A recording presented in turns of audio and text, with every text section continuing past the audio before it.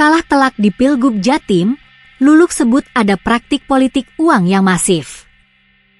Luluk Nur Hamidah tak menyala di Pilgub Jatim 2024. Merujuk hasil rekapitulasi KPU Jatim, Cagup jagoan Partai Kebangkitan Bangsa, PKB, yang berpasangan dengan Lukmanul Hakim itu hanya mendulang 1.797.332 suara, 8,67%. Bak Bumi dan Langit, perolehan suaranya jauh dari Hovifah Indar Parawansa Emil Elestianto Dardak yang meraup 12.192.165 suara, 58,81%, dan tampil sebagai juara atau selisih 10.394.833. Bahkan tertinggal dari Tri Risma Harini Zahrul Ashar Asumta yang meraih 6.743.095,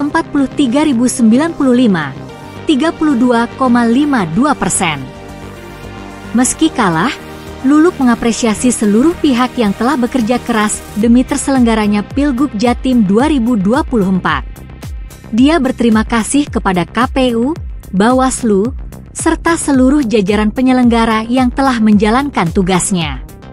Namun dia juga menyampaikan catatan merah terkait penyelenggaraan Pilgub Jatim 2024. Bukan perihal menang atau kalah, tapi memfokuskan pada proses pelaksanaan. Luluk mengklaim memiliki banyak bukti adanya tindakan yang mencederai proses demokrasi di Pilgub Jatim, bahkan dilakukan secara terstruktur, sistematis, dan masif, TSM. Sebagai calon yang ikut berkontestasi langsung, saya memiliki beberapa catatan penting terkait penyelenggaraan ini, ujarnya, Kamis, 11 Desember 2024. Cederai integritas Pilgub. Apa saja catatan merahnya?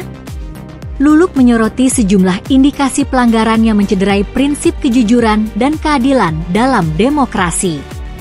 Dia menyebut adanya praktik politik uang yang masif, termasuk pembagian sembako berupa beras, minyak goreng, dan uang tunai yang dilakukan menjelang hari pencoblosan. Bahkan, ditemukan stiker kampanye yang jelas-jelas melekat pada bantuan tersebut. Hal ini sangat mencederai integritas pemilu, tegasnya. Selain itu, Luluk mengkritisi temuan TPS dengan hasil yang mencurigakan, seperti suara yang 100% untuk pasangan tertentu dan fakta adanya pemilih yang mencoblos lebih dari satu kali.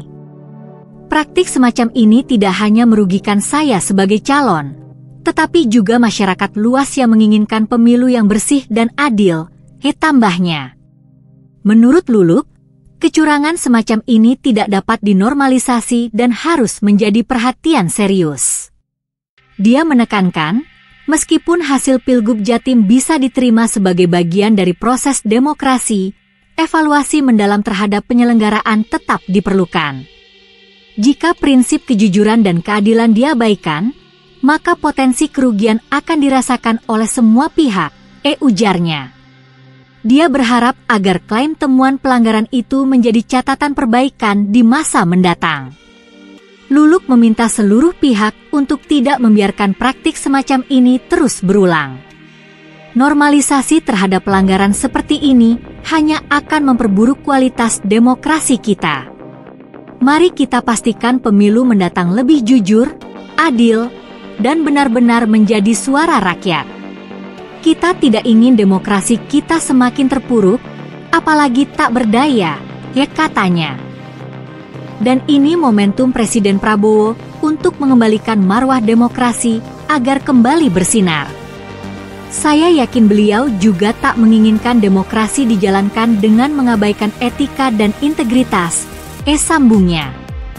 Lebih dari itu, Luluk mengucapkan banyak terima kasih kepada tim pemenangan dan para relawan yang telah bekerja keras di Pilgub Jatim.